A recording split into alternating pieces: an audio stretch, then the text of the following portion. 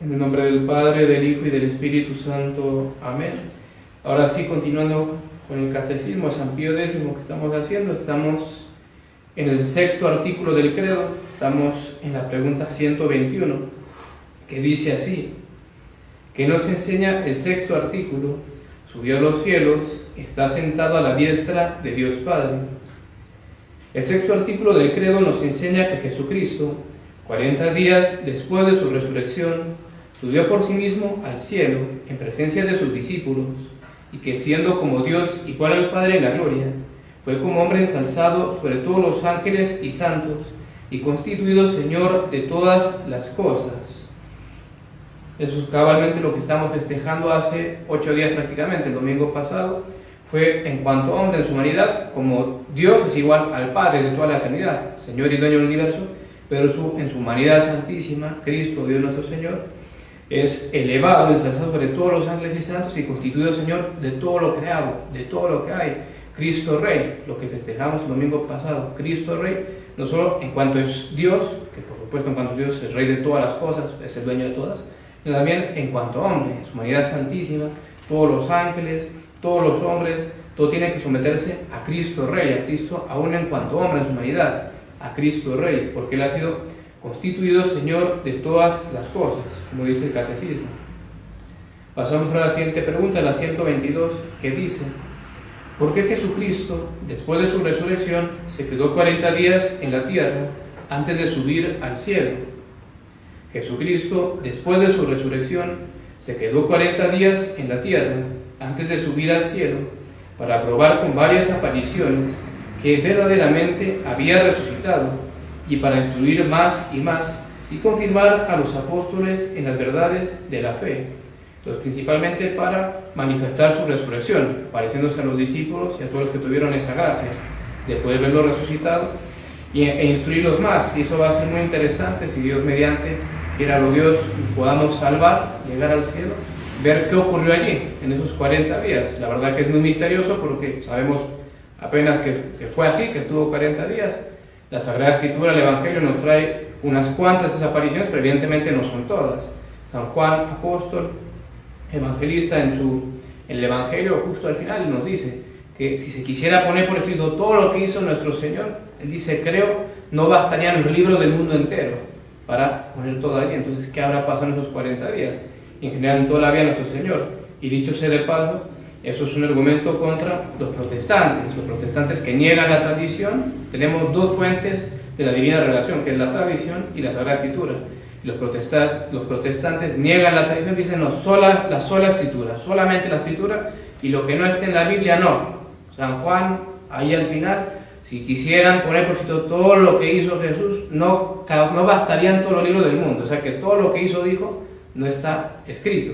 Y de hecho, antes de que se escribieran los evangelios, antes de se escribieran los libros de la Escritura, estaba la revelación, pero se transmitía oralmente. Entonces eso, dicho sea de paso, contra esa herejía de los protestantes. Con toda la fuente de revelación, Sagrada Escritura, sí, por supuesto, pero también tradición, no solamente la pura Escritura, también la tradición de la Iglesia.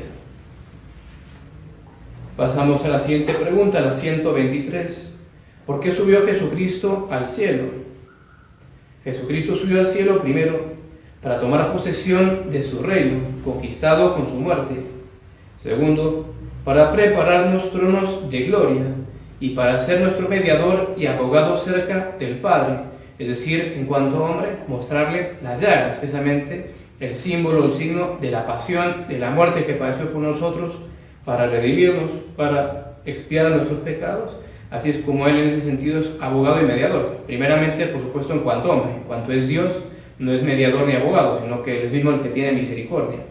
Y en cuanto hombre, es nuestro mediador, nuestro abogado, en cuanto le presenta las llagas. Está eternamente mostrando sus llagas, sus pies llagados, sus manos llagadas, el costado abierto, para alcanzarnos misericordia, para alcanzarnos las gracias de su pasión y muerte. Y tercero, nos dice el Catecismo de por qué subió al cielo Jesucristo, dice, para enviar el Espíritu Santo a sus apóstoles en el día de Pentecostés, para enviarlo Él, y esto contra los cismáticos ortodoxos, los rusos, los griegos, que hicieron cisma en el siglo X, XI, precisamente por negar la procesión del Espíritu Santo del Padre y del Hijo. La doctrina católica enseña que el Espíritu Santo procede de ambos, del Padre y del Hijo, y ellos quisieron negar eso diciendo que procede solamente del Padre y que no procede del Hijo.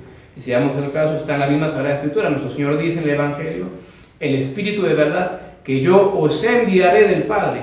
Así dice nuestro Señor en el Evangelio: yo os enviaré, porque procede del Padre y del Hijo. Entonces también subió por eso al cielo. Entonces, estar precavidos de esa herejía de los ortodoxos, que en el fondo, cuando uno lee y estudia bien la historia de cómo fue el cisma oriental, el cisma de Oriente, realmente fue una excusa, el filioque, el tema de la procesión del Espíritu Santo, sacada por Focio y después vuelta a renacer por Miguel Celulario, que es el que hace definitivamente el cisma, y hasta el día de hoy estamos en el cisma, los de Oriente, las iglesias de Oriente, porque había todo un espíritu antilatino, etcétera, y muchas cosas se hacían mal, y entre todo eso, para darle un fundamento dogmático y lograr así arrastrar a todo el Oriente en pos de él, Focio y luego Miguel Celulario, sacó el tema de la procesión del Espíritu Santo, poniéndolo como un punto dogmático. Pero por supuesto que eso, ellos están equivocados, están en herejía. Eso es de los principios del catolicismo, que se sabe que el Espíritu Santo procede del Padre y del Hijo. De hecho, es muy interesante con la historia y en los conatos que hubo a lo largo de la historia de volver a la unión de las iglesias, de llegar a la concordia, que se acabara el cisma, cuando los griegos ortodoxos rusos ponían sus objeciones contra el filioque, porque en el credo de la misa, que es el niceno-constantinopolitano, decimos el filioque y del Hijo. Eso fue agregado después, y ellos se quejan que eso lo agregan después y que eso no es válido, y ellos muy interesantemente argumentaban el Concilio de León. Decía, ¿por qué no se quejaron apenas hizo la adición? Porque fue muchos siglos después que nos vinieron a salir que no, que eso está mal y que la procesión del Espíritu Santo no sé cuánto. Si era así, ¿por qué no en el momento que apenas ocurrió tenía que haber protestado? Y sin embargo, no. Pasaron siglos y Oriente ha unido a Roma y sin ningún problema con el filioque.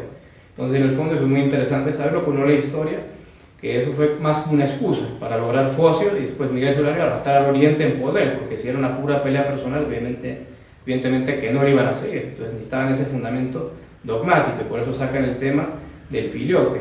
De hecho, si leen historia, Focio es muy hasta escandaloso como él se logra ser patriarca de Constantinopla quitando a San Ignacio, que fue un santo, que era legítimo patriarca de Constantinopla, con muchas artimañas, mentiras, todo juego político, todo muy mal hecho.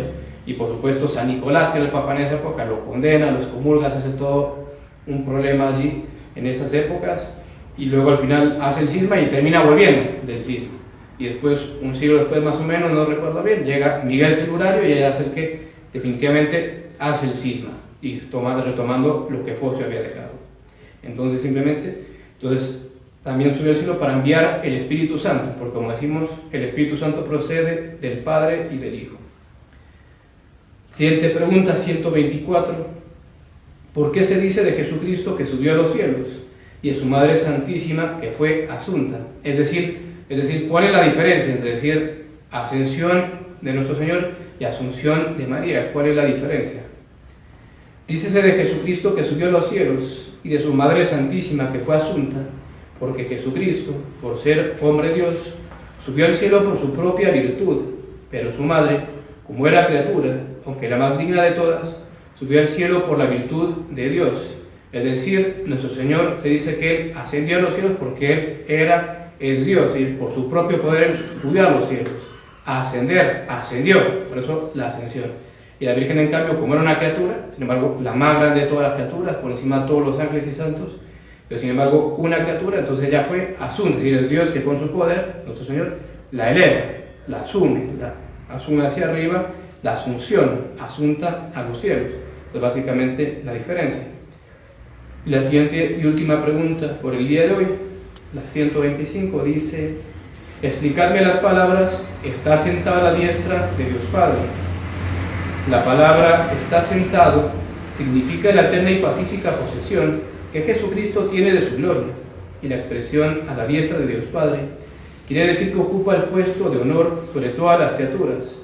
Es decir, la expresión está sentado a la diestra de Dios Padre es metafórica, no quiere decir que nuestro Señor esté literalmente sentado por toda la eternidad al lado del Padre, una forma de hablar, y como dice el catecismo, está sentado quiere decir que es la eterna y pacífica posesión que tiene de su gloria, nunca la va a perder, siempre la tiene y la va a tener, y que está a la diestra de Dios para decir que en cuanto a hombre en su humanidad ha sido puesto sobre todas las demás criaturas, como recién decíamos, constituido Señor de todas las cosas, Rey y Señor de todo lo creado. En todo caso, dejamos allí. La semana que viene, Dios mediante, veremos qué nos enseña el Catecismo sobre el 7º artículo del credo. Ave María Purísima. Sin pecado concebida María En Santísima. nombre del Padre, del Hijo y del Espíritu Santo.